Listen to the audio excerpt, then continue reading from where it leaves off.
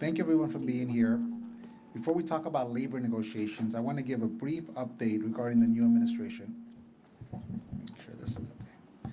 I want to remind everyone that they can find our most current information on our webpage, cps.edu/new admin guidance, cps.edu/new admin guidance. My team and I have been proactively sharing guidance and information to school leaders, staff, and families regarding the federal policy changes related to immigration. This includes Know Your Rights documents and trainings for families. I want to thank our family and community engagement team led by Fanny Diego Alvarez, who's joining us today, for hosting these in partnership with community organizations. I've always said this, everyone, one blessing we have is we have a very strong infrastructure in Chicago, very different than when I was in San Antonio and had to deal with this with the first administration. We're connecting with families and staff with immigration resources and mental health resources to make sure that they're supported. Earlier this week, we learned of an executive order to rescind the long-standing policy prohibiting certain enforcement actions at sensitive locations, including schools. I want to be very clear about this. Regardless of this policy change, our protocols will remain in place. Quiero que sepan nuestras familias. Sabemos que han cambiado las reglas y que ahorita muchas de nuestras familias tienen miedo que ahora pueden entrar el Departamento de Inmigración entre nuestras escuelas. Pero quiero que sepan, no ha cambiado lo que estamos dirigiendo a nuestros empleados. CPS does not, and this is in accordance with the Illinois Trust Act and Chicago's Welcoming City Ordinance.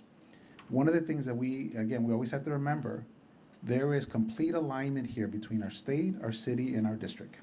And so there are laws to protect. Quiero que sepan nuestras familias, siempre estamos trabajando juntos con el Estado y la ciudad y tenemos leyes del Estado y la ciudad para proteger familias. CPS does not ask for a family's immigration status. CPS will not coordinate with Immigration or Customs Enforcement or ICE. CPS does not share student records with ICE except in the rare case where there's a court order or consent from a parent or guardian. Quiero repetir, en nuestro distrito, no importa que han cambiado las reglas, nosotros nunca vamos a preguntar la información de nuestras familias sobre dónde, en su estado de inmigración. Nunca vamos a trabajar juntos con el Departamento de Inmigración y nunca vamos a compartir información de nuestros estudiantes sin el permiso de nuestros padres o en casos muy raros que tengamos una orden del corte. CPS will not allow ICE agents to access CPS facilities unless they provide a criminal judicial warrant signed by a federal judge. And by the way, even in that instance, we have dedicated lawyers in our legal team that will have to review those orders. We're not asking our staff to be lawyers. Quiero que sepan nuestras familias que siempre si viene alguien entre nuestras escuelas, van a tener que una orden del corte y hasta en esos tiempos, que son muy raros, todavía van a tener que trabajar con el departamento de nuestros abogados que tenemos aquí en CPS. So I want families to be assured our schools are safe. Quiero que sepan nuestras escuelas están seguras. And finally, CPS will not admit ICE agents into our schools based upon an administrative warrant, an ICE detainer, or other document issued by an agent enforcing civil immigration law. Quiero que sepan nuestros padres, no vamos a dejar el Departamento de Inmigración que entre en nuestras escuelas si no tienen una orden que esté válido por el corte, y otra vez tenemos abogados que van a tener que revisar esas órdenes. We have been hard at work internally, hosting webinars, giving guidance to train our school leaders, our appropriate school-based staff on how to handle dealing with ICE agents, or what to do if a student is stranded because their parent or guardian has been detained. I want to remind families to make sure that your students' emergency contact information is up to date, and we will continue to provide information and adjust our protocols to protect our school communities as the situation evolves. Quiero que sepan nuestras familias, lo más importante que tenemos que tener contacto, información de otras personas que pueden levantar sus niños, pueden cuidar sus niños, porque siempre tenemos que estar en corriente y siempre vamos a dar más información. Esto es algo que vamos a estar corriente. So again, everybody, this is not a one and done. We're going to continue to stay on top of this. Now let me just switch topics to fact-finding. As you know, we've been negotiating in good faith with CTU since April. We've made significant progress in many areas, and there are some areas that still remain major sticking points. At this point in the process, both parties, and I have to remind everybody, both parties have agreed to enter the fact-finding to help resolve these issues. Fact-finding, by the way, has been in place since 2012. Every contract negotiation has leveraged fact-finding. Fact-finding was actually going to begin even earlier in the process. At the union's request, they asked to delay it, and we agreed. But it is just part of the normal process. It's been part of the normal process of every negotiation. I know this week the both parties are presenting to an independent fact finder who will issue recommendations for an agreement based on the evaluation of the evidence. It is my hope that we can use this process to agree on a mutual set of facts, move forward in a productive way, and find a resolution. I want to turn over things to Chief Labor Miguel Pereda for more information on the process and where we currently stand. Miguel?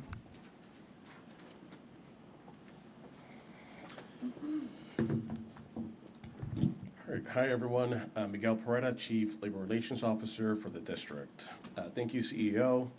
On Monday, both parties submitted detailed briefs to the fact finder outlining our respective positions on several critical subjects, including compensation, staffing, assessments, and teacher evaluation, just to name a few.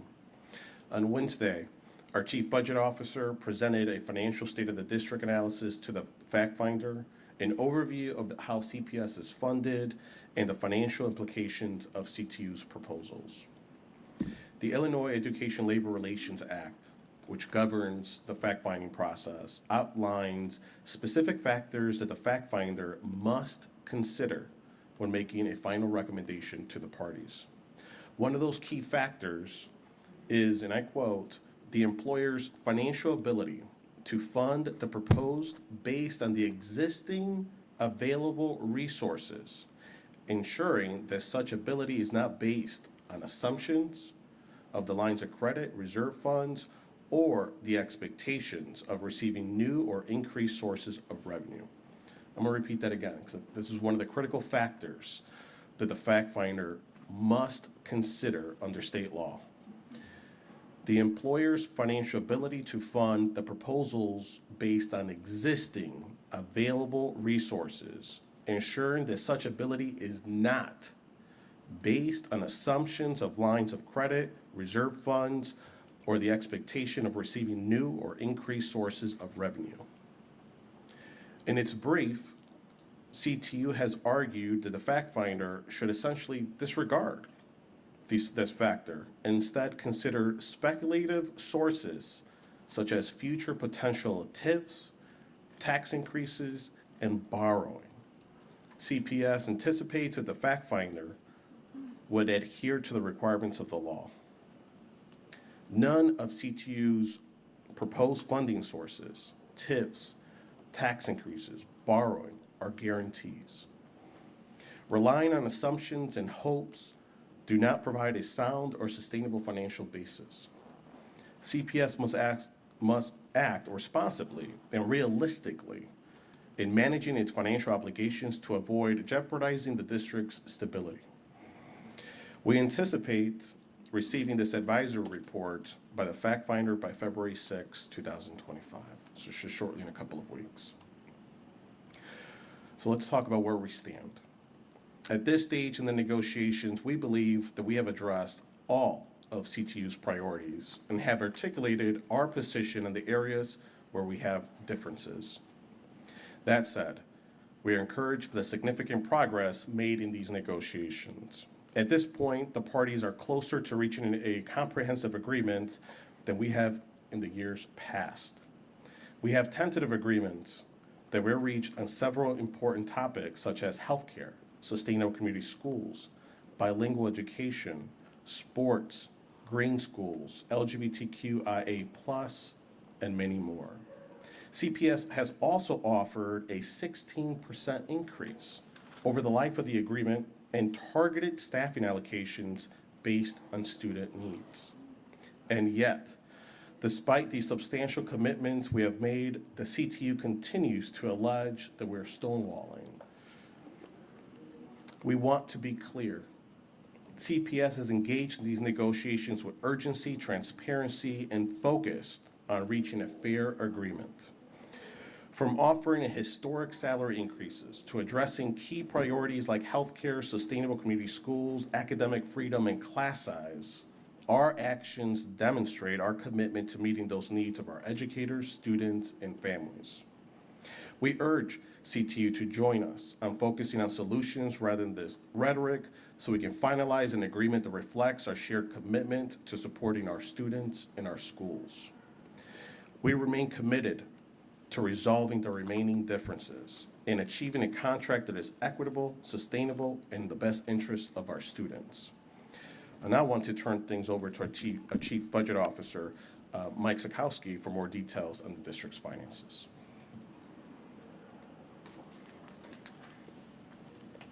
Good afternoon. Mike Sikowski, Chief Budget Officer.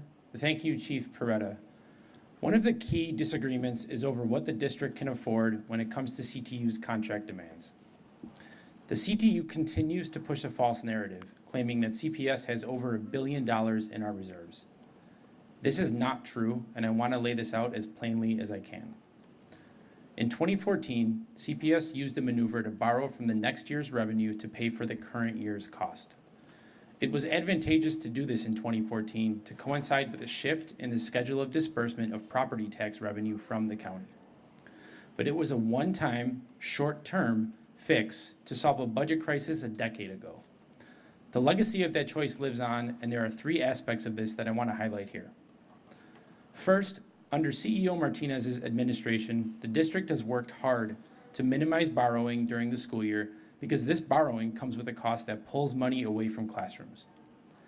But because this maneuver from 2014, CPS has had to continue using short-term borrowing for routine expenses. CPS still uses short-term borrowing to make payroll before property tax revenue comes in from the county.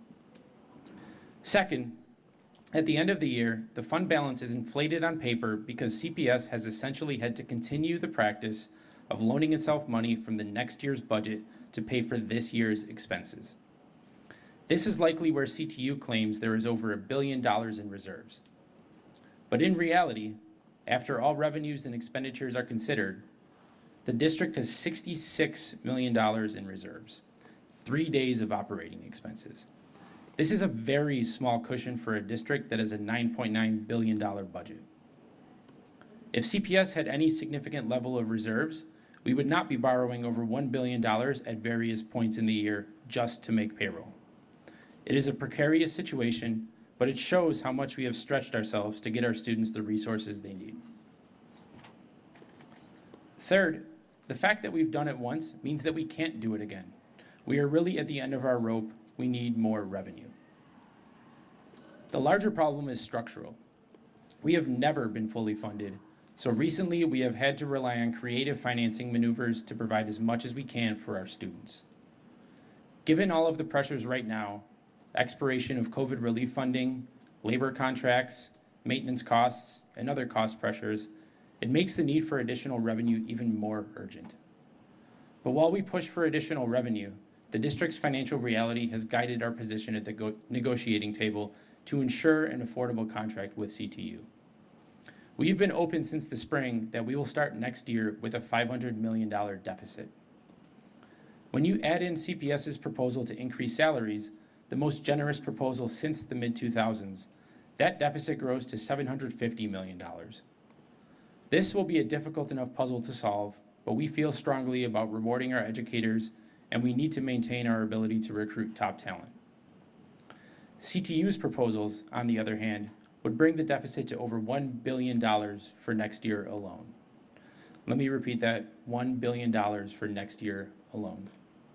And every new expense added to the bottom line increases the likelihood of program cuts, furloughs, or even layoffs. We've seen this before. In 2016, we had 2 years of no cost of living adjustments, and we had to do mid-year layoffs and furlough days. In 2019, the only way we were able to finance the full 4-year contract was through the flexibility that was granted by pandemic aid. There's been references to increasing our deficit to $1 billion since we're already facing a $750 million deficit. Candidly, we are floored by this suggestion. This line of thinking is not only irresponsible, it is flat out reckless.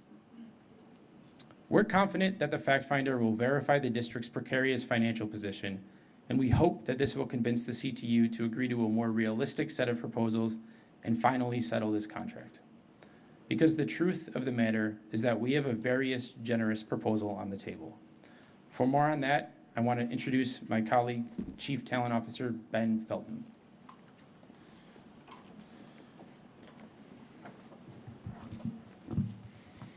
Good morning. Excuse me. Thanks, Mike.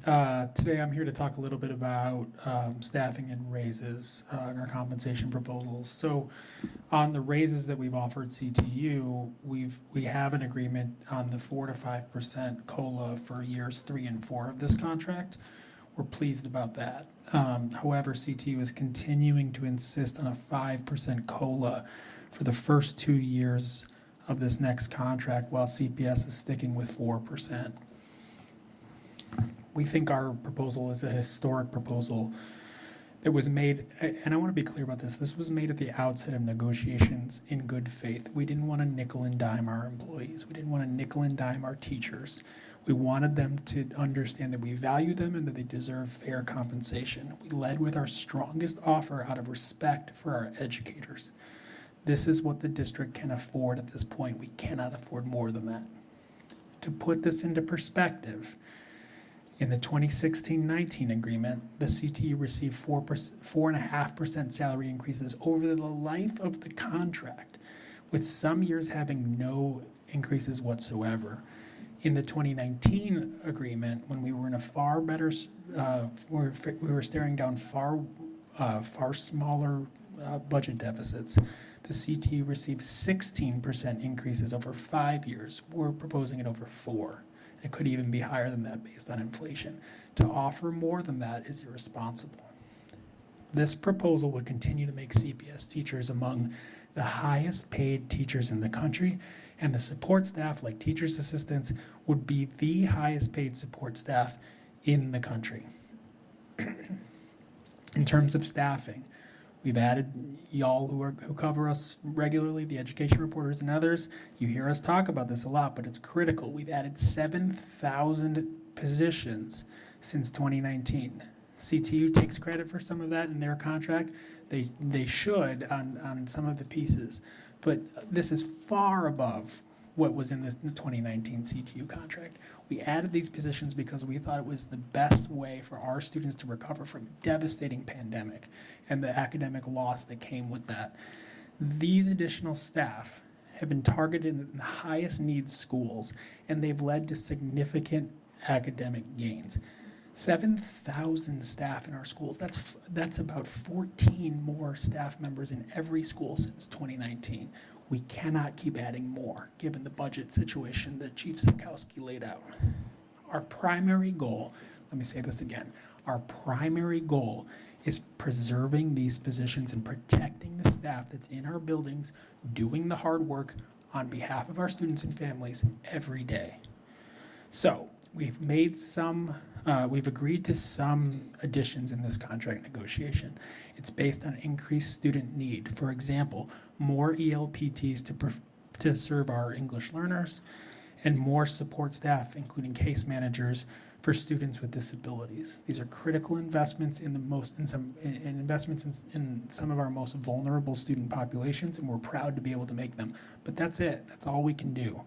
With these limited resources, we need to be strategic, and we need to be able to prioritize the areas of greatest need.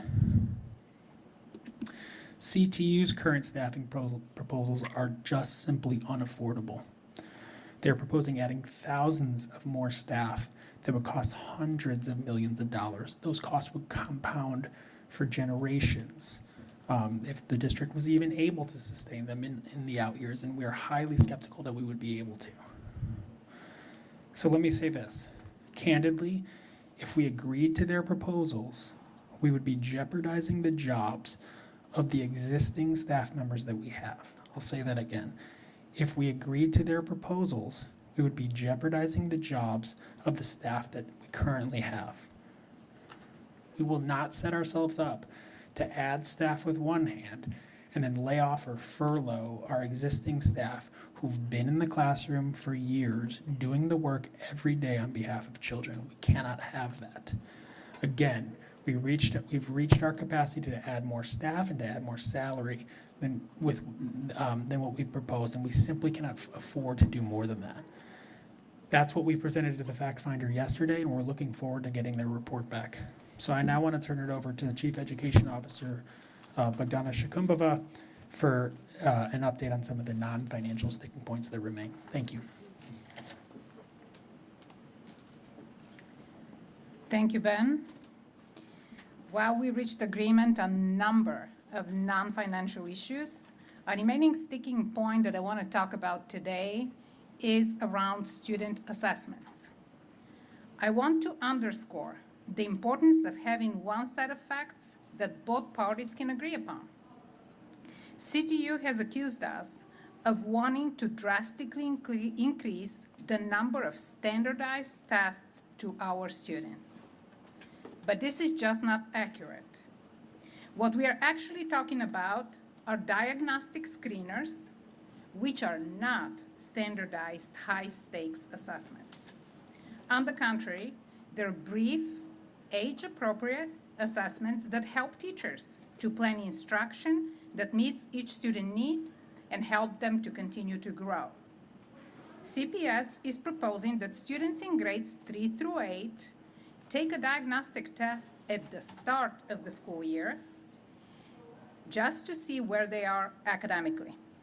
Then only students who are receiving interventions and targeted supports can take another test later in the year to evaluate how these interventions are working.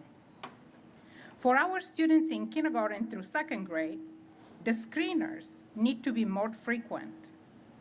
We recommend one screener at the start of the year, one in the middle, and one at the end.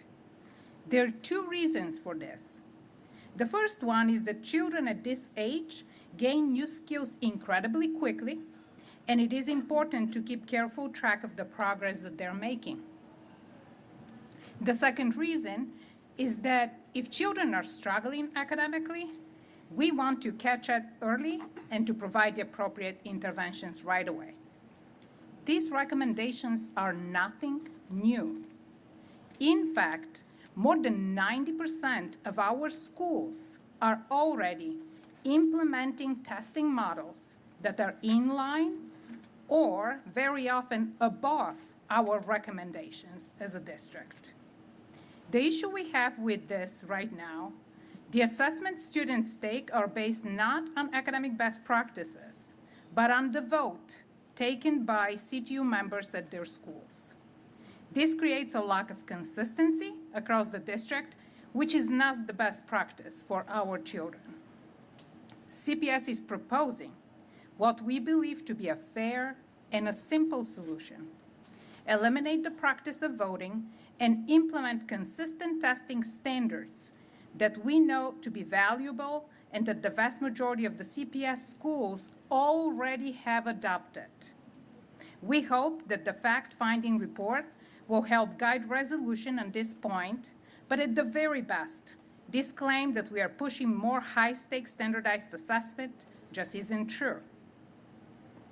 I want to also underscore the fact that the strategic plan and the new accountability policy for the district are committing the district to move away from standardized assessments and focus on diagnostic and screener assessments that actually are more helpful to support the student academic needs. With all that, I want to turn things back to CEO Martinez for some closing remarks.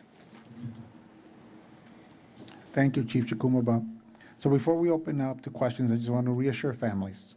Amid all of the negotiations and all the changes coming down from the federal level, every day teaching and learning continues in our schools.